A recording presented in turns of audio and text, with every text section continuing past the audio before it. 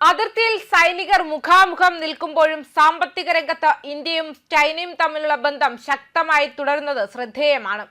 ട്രംപിന്റെ വ്യാപാര യുദ്ധത്തിന് ശേഷം ഇന്ത്യ വൻ കുതിച്ചുചാട്ടത്തിലേക്ക് പോവുകയാണെന്ന സൂചനയുടെ മറ്റൊരു ഉദാഹരണമാണിത്.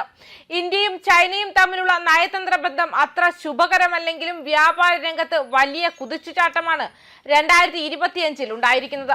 2020 ഗാൽവാൻ സംഘർഷത്തിന് ശേഷം ഇരു രാജ്യങ്ങളും തമ്മിലുള്ള ബന്ധം സൈനിക തർക്കങ്ങൾ, ആപ്പ് നിരോധനങ്ങൾ, നിക്ഷേപ നിയന്ത്രണങ്ങൾ എന്നിവയാൽ കലുഷിതമായിരുന്നു.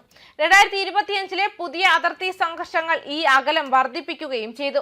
എന്നാൽ ഈ രാഷ്ട്രീയ സാഹചര്യങ്ങൾക്കിടയിലും 2025 ഏപ്രിൽ മുതൽ നവംബർ വരെയുള്ള കാലയളവിൽ ചൈനയിലേക്കുള്ള ഇന്ത്യയുടെ കയറ്റുമതിയിൽ 33% അമ്പരപ്പിക്കുന്ന വർധനവ് രേഖപ്പെടുത്തി.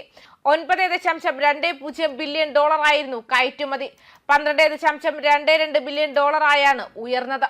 നവംബർ മാസത്തിൽ മാത്രം കയറ്റുമതിയിൽ 90% വളർച്ചയുണ്ടായി. പെട്രോളിയം ഉൽപ്പന്നങ്ങൾ, ഇലക്ട്രോണിക്സ്, സമുദ്രോൽപ്പന്നങ്ങൾ, ഓയിൽ, മീൽസ് എന്നിവയാണ് പ്രധാനമായും ഇന്ത്യയിൽ നിന്ന് ചൈനയിലേക്ക് ഒഴുകുന്നത്.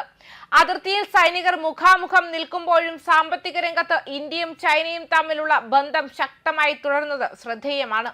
അമേരിക്കൻ പ്രസിഡന്റ് ഡൊണാൾഡ് ട്രംപ് ആരംഭിച്ച ആഗോള വ്യാപാര യുദ്ധമാണ് ഈ മാറ്റത്തിന് പ്രധാന കാരണമായി ചൂണ്ടിക്കാണപ്പെടുന്നത്.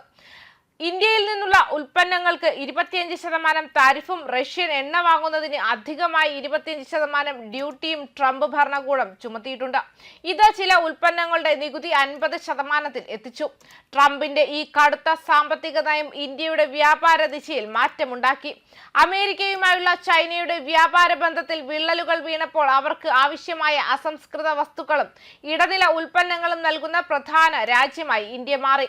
ട്രംപിന്റെ താരിഫ് യുദ്ധം രാജ്യങ്ങളെ വ്യക്തമായ ഒരു ചേരി തിരഞ്ഞെടുക്കാൻ നിർബന്ധിതരാക്കുമെന്നായിരുന്നു കരുതിയിരുന്നത്. എന്നാൽ ഇന്ത്യ ഇവിടെ പ്രായോഗികമായ സാമ്പത്തിക നയമാണ് സ്വീകരിച്ചത്.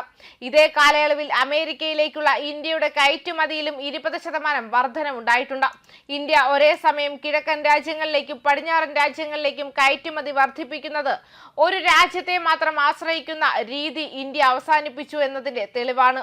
അതിർത്തിയിലെ തർക്കങ്ങളും പാകിസ്ഥാനുമായി ചേർന്നുള്ള ചൈനയുടെ നീക്കങ്ങളും ഇന്ത്യ അതീവ ഗൗരവത്തോടെ കാണുമ്പോഴും ആഗോള വിപണിയിലെ പുതിയ സാഹചര്യങ്ങൾ ഇന്ത്യക്ക് അനുകൂലമായി മാറുകയാണ്.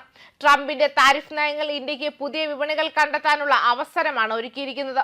കയറ്റുമതി രംഗത്ത് ഈ വൈവിധ്യവൽക്കരണം ഇന്ത്യൻ സമ്പദ് വ്യവസ്ഥയ്ക്ക് കൂടുതൽ കരുത്തു പകരുന്നു. അതേസമയം ട്രംപിന്റെ താരിഫുകൾ മൂലം വിതരണ ശൃംഖലയിലെ വഴിതിരിച്ചുവിടൽ ആരംഭിച്ചു. ചൈന US വ്യാപാര പ്രവാഹങ്ങൾ തടസ്സപ്പെട്ടപ്പോൾ ബദൽ സ്രോതസ്സുകളിൽ നിന്നും ഇൻപുട്ടുകൾ നേടാൻ ചൈനീസ് സ്ഥാപനങ്ങൾ പരക്കം പാഞ്ഞു. പൂർത്തിയായ സാധനങ്ങൾക്ക് പകരം ഇടനിലക്കാരുടെ വിതരണക്കാരനായി ഇന്ത്യ രംഗത്തെത്തി. യൂറോപ്പിലേക്കും തെക്കുകിഴക്കൻ ഏഷ്യയിലേക്കുമുള്ള കയറ്റുമതിയെ നയിക്കുന്ന ചൈനീസ് സംവിധാനങ്ങളിലേക്ക് പെട്രോളിയം ഉൽപ്പന്നങ്ങൾ, ഇലക്ട്രോണിക് ഘടകങ്ങൾ, വ്യാവസായിക ഇൻപുട്ടുകൾ എന്നിവ ഇന്ത്യൻ സൗകര്യങ്ങളിൽ നിന്ന് ഒഴുകിയെത്തി. നിർണായകമായി ഇതേ കാലയളവിൽ ഇന്ത്യയുടെ അമേരിക്കയിലേക്കുള്ള കയറ്റുമതിയും 20%-ലധികം വർദ്ധിച്ചു. കിഴക്കോട്ട് ചൈനയിലേക്കും പടിഞ്ഞാറോട്ട് US-ലേക്കുമുള്ള ഈ ഇരട്ട കുതിച്ചുചാട്ടം ഇന്ത്യ ഇനി ഒറ്റ കയറ്റുമതി ആശ്രിതത്വത്തിൽ കുടുങ്ങിയിട്ടില്ലെന്ന് വെളിപ്പെടുത്തുന്നുണ്ട്. വൈവിധ്യവൽക്കരണം ഇപ്പോൾ പ്രവർത്തനക്ഷമമാണ്. ട്രംപിന്റെ താരിഫുകൾ തിരഞ്ഞെടുപ്പുകൾ നിർബന്ധിക്കാൻ ഉദ്ദേശിച്ചിട്ടുള്ളതായിരുന്നു. പകരം അവർ പുതുമകൾ നിർബന്ധിതമാക്കി. 2025 നിശബ്ദമായ തന്ത്രപരമായ പൊരുത്തപ്പെടുത്തലിലാണ് ഇന്ത്യ ഏറ്റവും ശക്തമായ നിലപാട് സ്വീകരിക്കുന്നത്. ന്യൂസ് ഡെസ്ക് കർമ്മ ന്യൂസ്.